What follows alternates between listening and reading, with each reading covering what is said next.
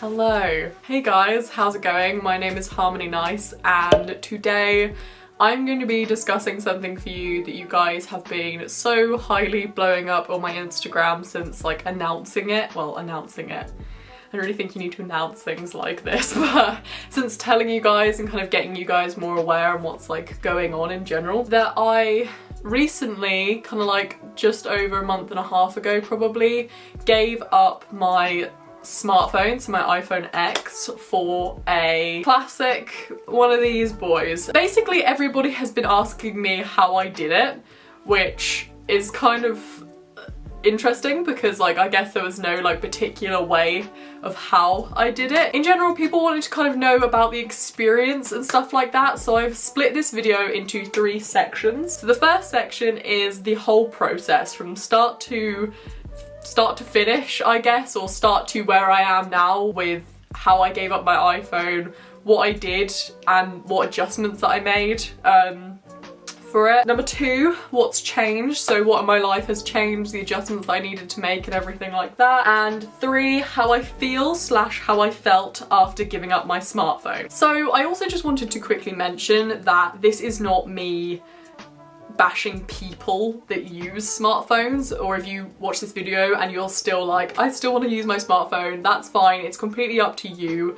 I just wanted to kind of talk to you guys about this experience because giving up my smartphone was genuinely the best thing that I ever did for myself, and I think it is a subject that needs to be dissected more. I'm aware that people can have outrage to this subject. I'm aware that people will always have wants surrounding using an iPhone.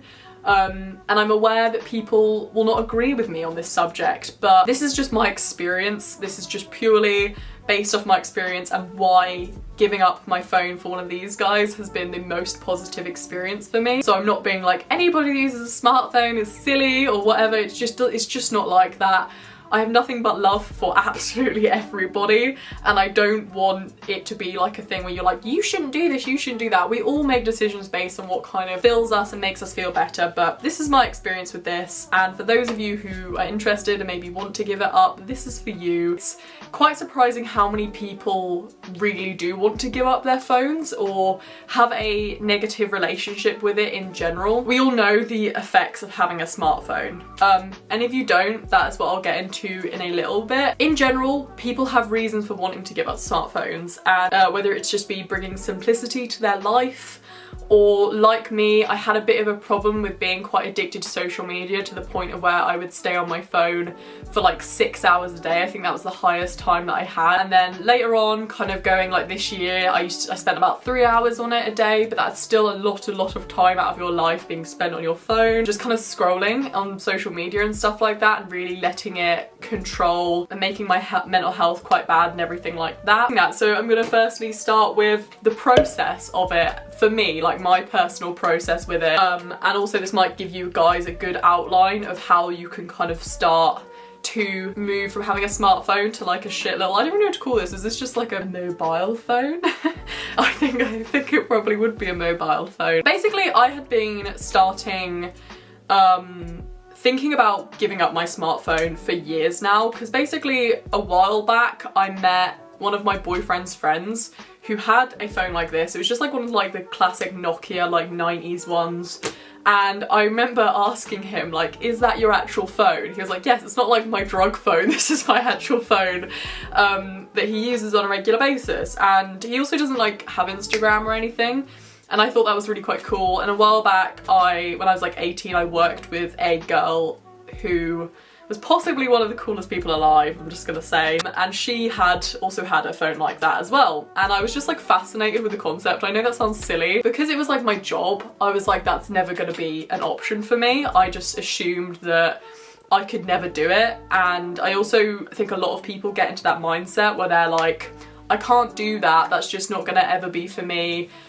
because I need it for this, because I need it for that. There's all like a million excuses. Like when I tell people about it, people are like, oh, I can't give it up because I use maps on it so much, or I can't give it up because FaceTime a lot of people and stuff like that, without realising and actually forgetting how we used to do stuff before and how there is ways around it, and you don't need a smartphone for like all of these things. And I know it sounds silly, but I have been a part of a generation that has had smartphones for pretty much all of my teenage life, and obviously I'm 23 now, so I've probably had a smartphone for about 10 years, probably since I was 13, 14. So I've kind of grown up in that generation, but I do remember a time where we didn't have smartphones. I do remember a time where I just had like a BlackBerry or like a flip-up phone. I had like a cool pink flip-up phone where I'd be like, oh yeah. This whole thing started was when I was in Waterstones, let me just set the scene, and I found a book called How to Break Up With Your Phone. I don't actually have it with me because I've lent it to like 6 people,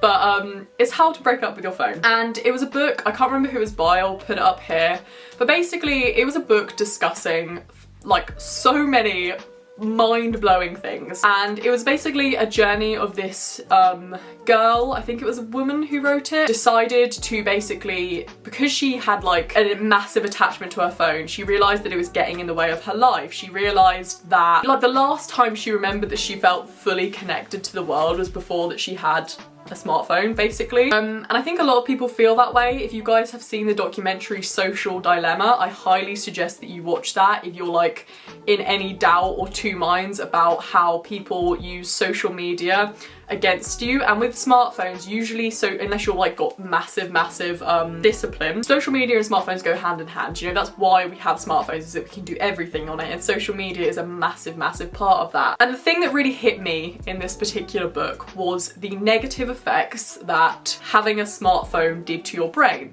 So the first thing that I read was, that really like scared me, was the dopamine effects that smartphones have in your brain. I think everybody kind of knows that, like everybody kind of knows it's not good. Like when you do stuff that's toxic for you, you know it's not good for you, but you still kind of jump into it. It kind of discussed how the whole population now, a lot of us, I mean I'm just talking about the westernized countries because I don't really know what's going on elsewhere, no longer have the ability to be bored. And I was like, that's fucked up. And they said that also our children's generation will literally not even have that mental capacity to be able to be bored because of the way that we are doing things at the minute. We will constantly need distraction all the time, and the negative effects that being distracted all the time have on your brain, like burying trauma, like burying elements of your life and things that you need to think about. And also the kind of scary social aspect of it, which kind of discusses how as people we are losing connection, and even though we're able to connect with people in general as a society, we're not actually truly connecting. The mental health effects that it's having on our society as general. And I kind of already knew it, but having somebody like actually genuinely with their research explaining it, it's basically like manipulating you into spending your time on it so that you'll spend money, so that it can use your data. So like all these like crazy things, which I won't get into too much, but basically it was incredibly shocking. Like I know some people would probably read that and just be like, well, whatever. But actually thinking about the terrible effects, not just it has on you, because I think a lot of people are like, I don't care what happens to me, but like what it has on children, and how the dopamine hits hit you, the instant gratification, how nobody just does anything anymore just to do things, but instead to take pictures of stuff. Well, not everybody, but some people, a large population of people do that because we're putting all of it into this like false world online. It basically was trying to help you not give up your smartphone completely, but kind of like change your relationship with it.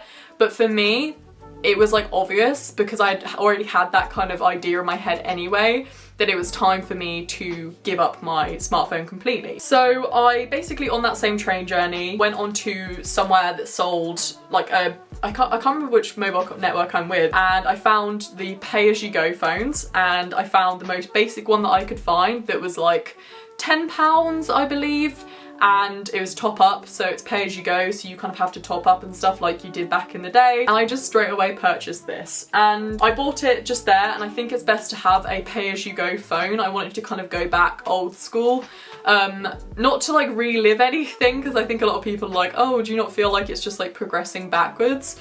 But more because I knew that having more responsibility when it came to that, and having a more mindful like set when it came to thinking about your phone, basically would help me feel more conscious. I have dissociation as well. A while back I realised that being on my phone constantly did not help me be present, it helped me be elsewhere, and every single time I would get upset or stressed, I would pick up my phone and then everything would be fine. I'd forget about it. So I was like constantly burying shit. And I always use it as an excuse as it's my job, but really the amount that I did for my job on my phone was like such a small percentage compared to what I actually used it for, which was just scrolling. So after that, I went home, and I would recommend doing this. It depends like where you are at in your contract, because I think a lot of people don't do this because they're like, wow, I'm really like far into my contract and I don't know what to do about it, and that is fine. I understand it might even be a slow process. Not everybody can just like pay off the rest of their contract, but I only had like 2 months left on my contract. I'd also like to say that I used to pay £70 a month for my contract. £70 a month. That is insane, because I was like, I need it for my job. I called them the next day and I just basically, they were like, why are you leaving us? And I was like, because I'm giving up my smartphone. And the dude on there was like, good for you, like I could never do that, but good for you, like that's great, good luck to you. Yeah, I gave it up. I only had 2 months left to pay. They gave me a 30 days, so they were like, in 30 days your contract will be cancelled, and I was like, cool, perfect. That obviously has been, but then I decided to turn off my phone completely. For a while, used it as a camera, and deleted all the apps. So what I did is reset my phone. So the only thing that I had, I didn't log into my iCloud or anything, it's just the camera. But then I would keep it like turned off the rest of the time. And that's when I kind of was like realizing the different elements that a phone has to it that I was going to have to replace. There's been multiple times during that process where I was missing the buses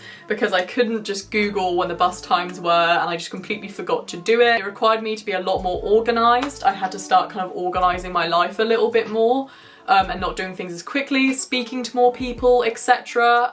Which at first I was really nervous about, and then I started to really love it and enjoy it. And other things, so music was one of those things. But this was probably the most fun thing that I found, was that I got a CD player and I got my record player out that I hadn't used for years, and I started to buy CDs again, and I bought like a little, they're not Walkmans, but they're like a portable CD player for the bus and stuff like that, but I don't actually often even use that because I prefer to just sit and think on the bus now, or read, which is interesting. And also other things you do on your phone, like maps. I bought maps. Like you have to kind of like pick up and get maps. When you're on the bus, I just pick up timetables. Or I print out and like have to be more organized, so before I go I will look up on the internet when my buses are, because I don't drive or anything like that. So it requires you to be a lot more organized. There's a lot of different things that you don't realize that you use your phone for, one of which was Instagram and YouTube, but the thing is, YouTube, everything I do on YouTube is through my computer anyway, and that was something that I kind of struggled with at the start. Currently I am uploading things from my mum's phone, but I actually am stopping doing that soon, because I discovered that there is a website that you can just upload your Instagram pictures through your computer. I just save everything on my computer, like pictures that I take and stuff like that, and upload it through that app now. But I also had to kind of work out what like I was going to use to take pictures on, because obviously I don't want to give up my job on Instagram, but I still want to take pictures of stuff, and obviously I take pictures of my artwork and stuff like that. So I got like a camera, like it was just like one of those square ones that are kind of good quality. I don't think it was that expensive. I think it's about, well, I say not that expensive, not about £200, so I could have a nice digital camera. But I also have 35mm cameras. I have 3 35mm cameras, all have which cost between £10 and £30. It's so much more enjoyable than using a digital camera. I've just become so uninterested in like sharing things and more interested in doing things that it's completely different now. Honestly, like if you're not that bothered about Instagram and stuff and social media, just get rid of it. I know people are like, what? No, and, you know, if you contact people on it and stuff, keep it. But it really is quite easy to find other ways to upload Instagram pictures. There's like an app called Later that you can use. But you can also pick up cheap laptops as well. I know it's not ideal because again it's spending more money, but you can pick up cheap secondhand laptops, I wouldn't say, there is ways of doing things if social media is your job, and if it's not, you can just rethink whether you'd like to post on social media and work out ways that you still can if you wish. Every single person's journey with this is going to be completely different, so it's kind of up to you what you do, but none of it is impossible. Like, I have not had any struggle with replacing these things. It requires you to be more organized, but that's good because then you're consciously being more mindful of your every step in life, so that's great too. Once I had done all of that and kind of gotten a few bits that I needed, I basically sold my iPhone. Well, I did sell it. I gave it to like a family member, but I just reset it, sold it to a family member and gave it away. And I do think that is the best thing to do. You can sell it on like secondhand giving away websites, get you some extra cash and stuff like that. If you do have a contract that goes on for quite a while, that is a problem, I guess, if you really want to do it, but you can always like wait it out. Or if it's not that much money and it's really affecting your health, you could just kind of pay an extra £10 a month for some, you know, top up and still keep paying that. Or like, I've heard of people even sorting out with their friends so that their friend then pays their contract and they give it to their friend if they want it. I don't know, there's like little things that you can do. It really is up to you. You could just be like, well, after 2 years then I'll give it up, and that's fine. And for the time being, you just change your relationship with your phone. I don't really know, but that's how I did it anyway. And that was kind of the whole process. I want to talk about how I felt after giving it up, like at the end. And first I'm just going to talk about what's changed, because after I did all that, there was like a big old like emotional uprising. Woo, always is. And I want to talk about that a little bit more. But firstly, I want to talk about what's changed. You know, you can change the way you do it, you can change your relationship with it, but it's like there was lots of elements to using a phone that became so negative for me, which kind of led me to that place. So what's changed since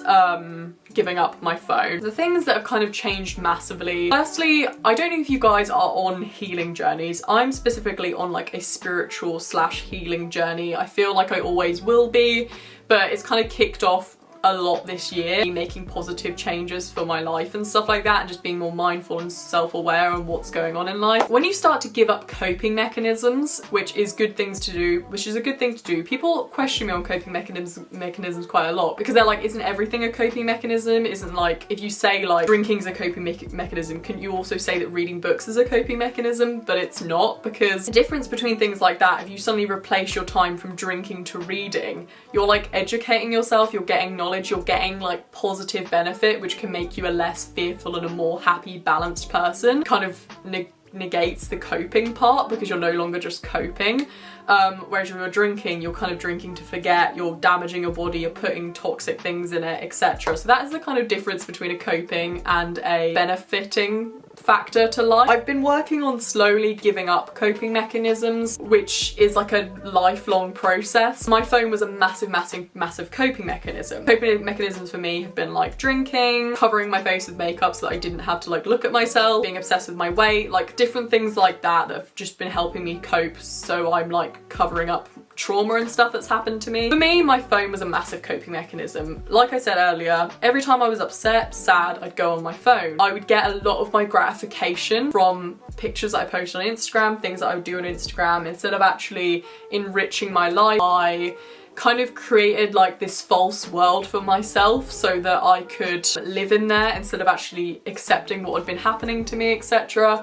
There's a lot of different things I use it for. I use music as a coping mechanism, because I would like, every time I'd have seconds to be every time I'd have seconds to just be, I would put my earphones in and just like take myself away from that and not be okay with my head. Something that we're not quite taught in society anymore is being okay just being in your brain. Like, I think people are like scared of just letting their brains rest, so they have to think. I think it's like a pain avoidance thing, genuinely. I think people are like, I don't want to feel this, it's not good to feel pain, so they avoid it, and that is like the most damaging thing ever. It's necessary. You have to feel pain to recover from things. You have to feel pain to be a human being. So when I gave up my phone, it was like I'd already been on my healing journey for what, like 5 months at that point. I started it in like late April and I gave up my phone like mid-late August, so I don't know how long that is. I'm bad at maths. That was like 3 coping mechanisms for me gone, because it was like scrolling, instant gratification and dopamine hits, and music. So it was like giving up 3. A lot of shit came up for me. A lot of shit of me still feeling like I was feeding my ego a lot. There was some trauma avoidance that I had been kind of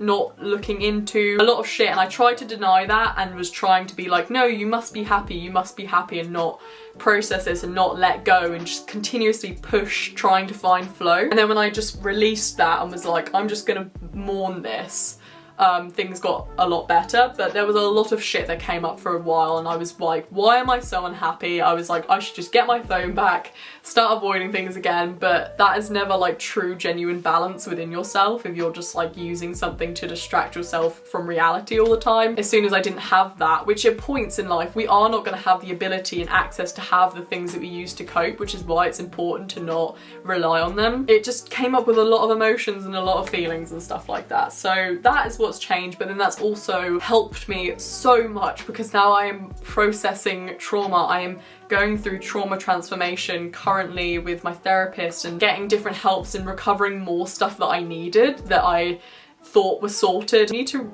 be able to let change in at any point, even if you feel like you've sorted something. Another thing is having to be more organized. I kind of explained this, but you suddenly have to be way more organized, but it's good because then I am more mindful of my everyday life. I keep a diary, just like a little pocket diary, so that I know when to do things and stuff instead of keeping the calendar on my phone. I've bought a calendar for this room so we can write stuff on there so I know what's going on, and it requires you to relearn that. And I went through a period of feeling kind of stupid because I was like, I don't have the ability to like do this stuff anymore. I'm having to relearn it. So it can come with like a lot of feeling like, oh. Before any of that, best thing that I've ever done, giving up my smartphone, genuinely. And there's like a lot of things that you have to do, you know, you have to suddenly work out different ways to listen to music and do different things. And with meditation, that was something that I found quite hard, but then I just got like a portable CD player, got some meditation music on a CD and just plugged it in and was like, awesome. And there's like talk through meditation things on CD and stuff as well, so I kind of like adjusted accordingly. The thing that I did notice the most of what's changed is that I regained a whole new layer of life, because I cannot remember the last time genuinely was excited about purchasing a CD. Probably when I was like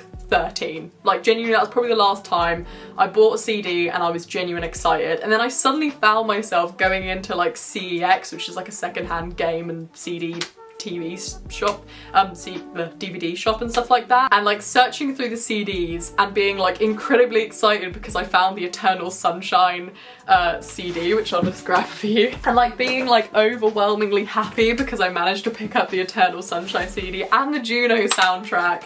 And like just that like excitement of doing that was just like great, and you're just suddenly like that excitement again. And I said when I was in Wales, because I went to Wales on a camping trip like at the start of September, I was with my friends and I like said to them, and this is like a natural thing, I was like, hey guys, can we stop at Tesco's on the way home so I can buy an Outcast CD? And my friends were like, this isn't 2004, Harmony. They don't even sell CDs at Tesco's anymore, let alone like an Outcast CD. But I feel like this whole new layer of just like happiness come back to you, and excitement and like effort, and having to talk to more people and having to like go and like do new things again. It's really exciting. Like it's really fun having to, you know, if I don't know what time the bus is, you have to go and you have to ask somebody what the bus is. You have to write it down on a bit of paper, write your shopping list down on bits of paper. And I know it sounds silly, but it's like there is like a whole new element of a whole new layer of life that you had completely forgotten about instantly returned to you. Like in the mornings I just put on like a CD, I'll put on like a record in the evenings. It really does feel like you are gaining something back. The world just doesn't feel as like flat anymore, which I think was like the biggest change for me. And also reading. So I have always read books, but mainly factual books. Like I'm mainly into kind of like spirituality, well-being books and stuff like that. And now that I've stopped using my phone, I'm suddenly like reading classic novels, like finding entertainment in that, and that's like whoa, mind-blowing for me, because I'd always thought because I'm dyslexic that I just had trouble reading, and I was like, yeah, the phones are great for stuff like that. Phones can be great for people with dyslexia, but there's also things like tablets that you can get, like that you can use to read books that are great for dyslexia too. You think about your life more and you're more mindful and self-aware of your life. And again, I'm talking from just like a genuine, just me perspective. This isn't going to apply to everybody. But you also have to relearn being bored. And that may come with a lot of shit for you, because for me, every time I would sit and I'd have moments of being bored, my brain would instantly go to like anxious thoughts. So I'm not saying it's going to be an easy journey, but it's going to be a worth it journey, and it could be the start of your healing journey or your spiritual journey. Another thing that also I recognize had changed, that kind of changed anyway, because before I gave up my phone, I had cut down on social media quite a lot, is the fact that you feel a lot better about yourself. And this is something that I've spoken about so many times, but the less you go on social media, the more you change your relationship with it, unfollow people that don't make you feel good about yourself, post stuff that is genuine to you, just of your everyday, instead of doing stuff to take a picture of it, etc. Feel like being yourself is okay. You find it a lot easier to accept yourself, but again, it takes work. It does take dealing with the shit that you've kind of got that you're not, you probably haven't dealt with if you using your phone as a distraction. The last kind of section that I wanted to chat to you guys about is how I feel / how I felt after giving up my phone. Now this is like probably the largest bit and the most interesting. My hair was probably the most interesting thing that I noticed about giving up my phone.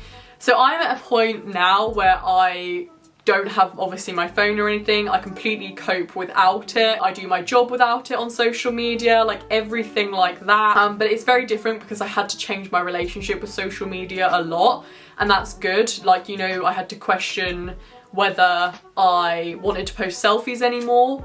If I wanted to, I'd borrow my mum's phone or something. But then I kind of was like, I don't really need to. I can just take pictures of the things that I do. Like, I'm not really particularly overly interested in me anymore. I'm more interested in what I'm doing and stuff, which is great. Yeah, so firstly, the thing that I noticed instantly was that I felt fucking great. I was instantly like, I felt really happy. I had like a week of just being ecstatic. I was like, I feel amazing. I went out, I was like sitting near the river. Instead of sitting on my phone, I'd be drawing, recognizing that I had all this time, of which I didn't know how to fill it at that point, but I was like, wow, I've got loads of time to do stuff. But then, like with every coping mechanism that you give up, I started to feel really shit. Naturally just pick up like random things, and I would notice that my body and my brain was like searching for dopamine, because I'd given up that instant gratification thing of like checking your phone, seeing if you got a like, googling something, searching somebody up. Like that instant kind of like dopamine hit was gone. Try not to go on my computer a lot as well and check Instagram on there. If I had spare time, I just kind of check it twice a day, and then every second that I was bored, I would suddenly want to fill, because I would suddenly start to realize all these things. When I started to meditate, all of these things would come to my brain, and I'd suddenly be like, there's so much that I haven't worked through still, and I thought I was like in a good place. But I was in a good place when I was still ignoring stuff. But then like every second that I had to be bored and be inside my brain, my body would be like, do something, you know, cope, get another coping mechanism. I spent like 4 days crying, like literally just crying, because I was like, this is so stressful. Like, why am I finding this so stressful? Why can't I be bored anymore? So I was like more anxious, because I started to kind of realize that there were still elements of my life, even within my spiritual journey. Because when you start a spiritual journey, I sometimes feel like you learn things and then you're like, I've learned that now, I've completed that checklist, instead of just recognizing that you have to grow with the world. And for a while, because I had such a struggling time accepting it and being like, I'm allowed to just be sad, because I do have a struggle with that. When I get into a happy mood, I want to like savor it. So whenever I get sad, I don't process it, which is ridiculous, because that's how we bury trauma and we bury our emotions and stuff like that. Like, it took me quite a while, which has only just kind of been the week past, where I just allowed myself to mourn and process stuff. But then, you know, I kind of got back to doing a bit of journaling, working out what was still going in my brain. Being honest with myself as well really helped. Just kind of honestly telling myself like, what's actually going on, what's really spelling wrong to you. And then I ended up giving up the training that I was planning to do and decided to start pursuing something else, which was huge, because in my brain I was still in like this mindset where I had to still please other people or continue with this story of myself, instead of just doing what felt right and what aligned with a more kind of happy life for me, a more positive existence for me. I think expect that unless you are really good and barely go on your phone at all anyway. But then also expect to listen to yourself, expect to be true to yourself, write things down. So what I would recommend is when you do have seconds to think, just allow it to be. I gave myself 3 periods throughout the day, which people can't always do, where I'd let myself be bored for half an hour at a time and just sit and have a cup of tea and just like look out the window and just think. And also obviously I meditate and stuff as well, but I would just allow myself to do that so that my brain could just work at it. And it did make me realise there was some things I was still sad about that I still hadn't worked through, but like that's good because then I suddenly was like, okay, this needs to be sorted for me to kind of heal more, and that's great. Like you're slowly realizing what you need to heal, and that's amazing. I now am at a point where I don't get my like dopamine hits from instant gratification. You suddenly realize you don't want to do stuff in the instant gratification anymore because you're more bored, and that you start to enjoy the processes of stuff more. That's a lot of like how I felt. I had like a long period of just kind of being in denial and still trying to distract myself with unhealthy coping mechanisms. So it's kind of been like that for like 4 weeks, which I know doesn't sound lovely. I think it's just about like actually feeling whatever you have to feel. And then I slowly kind of came out of it, realized that I need to speak to my therapist about specific things instead of just babbling on to her about whatever's on my mind. There was like a lot of stuff that happened, but then the last week and a half I've just felt like so much better, so much more at peace. I mean, there's always going to be shit to work through, to kind of peel back the layers, to be aligned with your higher self and be aligned with a better life. That was something that I wanted to do that really helped me with that. So yeah, that's kind of how I felt. So yes, that's kind of how I gave it up, how I've been feeling, but it's been such a positive experience for me. That is everything. I hope you guys liked this video. It's a very interesting subject, and some of you may call me a crazy hippie. I hope I didn't sound too preachy. I always feel like I do. But anyway, I love you all so much. I hope you guys enjoyed. I will be back soon with another video, I'm sure. Thank you for watching. I will see you soon. Bye guys. Bye.